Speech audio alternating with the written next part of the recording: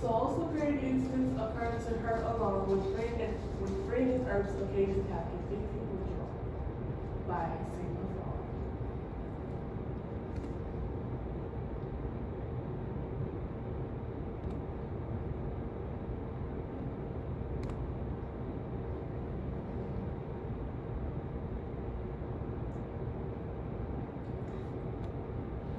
Origins of social content.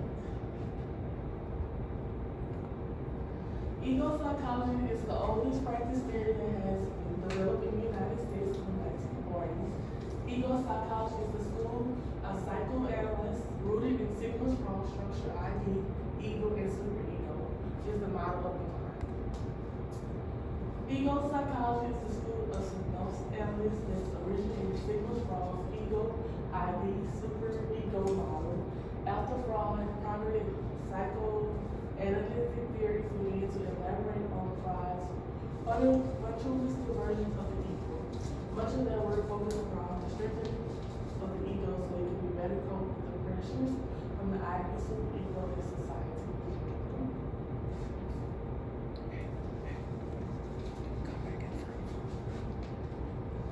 Individuals basically talked about how the ego it breaks down into three parts. Like you said, it talks about the ego, the superego, and the ID is focused on the mind. It talks about how the judgment defense is significant functioning, important concept of revision to Freud's structure theory was made in Heinz Hartman argued that healthy egos includes a sphere of autonomous ego functions that are independent of mental content, like your motor skills, how you think, the different way how you, your ego, basically how you know the song, my ego's too big, ego's too wide, you know. Too big, yeah. it's too much. Yeah. Basically how they function.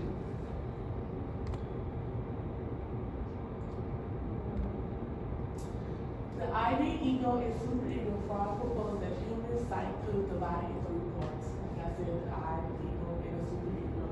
He discussed the Bible, the essay, and the pleasure principle, fully collaborating the ego and the ID in 1923, in which he's developed different schemes on how to get your mind to function dealing with your ego and different personalities and stuff. Its results, his basically results, everybody saying that your ego basically develops in how your behavior and how you present yourself.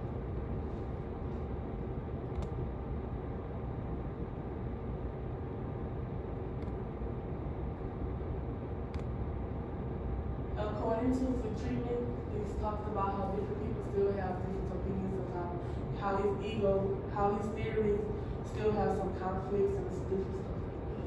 And how it regulates your environment. Your ego basically, they basically say like your ego basically your environment, like where you put yourself in what determines your behavior, how you react to things.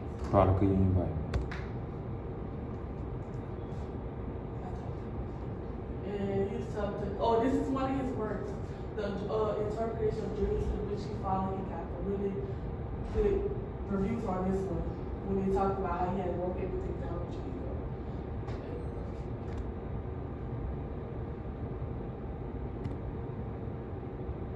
Let's get into it.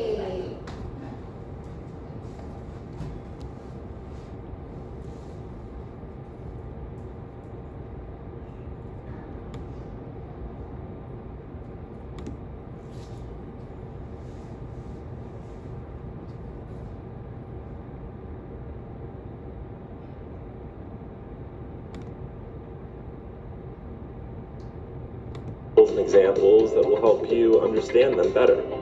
Today we're talking about three particular terms that are related to each other: the id, ego, and superego.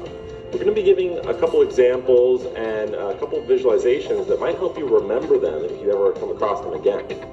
This is Sally, and Sally's having some issues, some anxiety.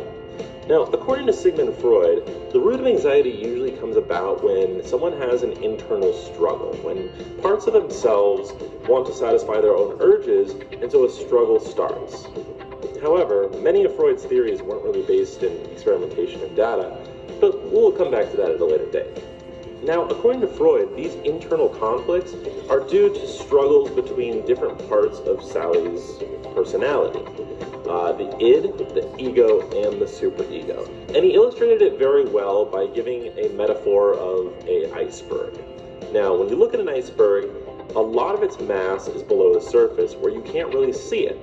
So if we look at the top, we can see the ego. Now, this is based on the conscious level in which we can access the information in our mind. Right next to it is something called the superego. Now, this is more on a pre-conscious level. It's outside of our awareness, but is still accessible. And finally, deep below the surface lies the id. Now, this lies in the unconscious mind, an area in which we can't readily access. However, it is flooded with emotions and motivations that do impact our actions, even though we might not be able to access that. Now, starting with the id, it's a reservoir of unconscious psychic energy that, according to Freud, strives to satisfy basic sexual and aggressive drives. So the id operates on the pleasure principle, essentially, demanding immediate gratification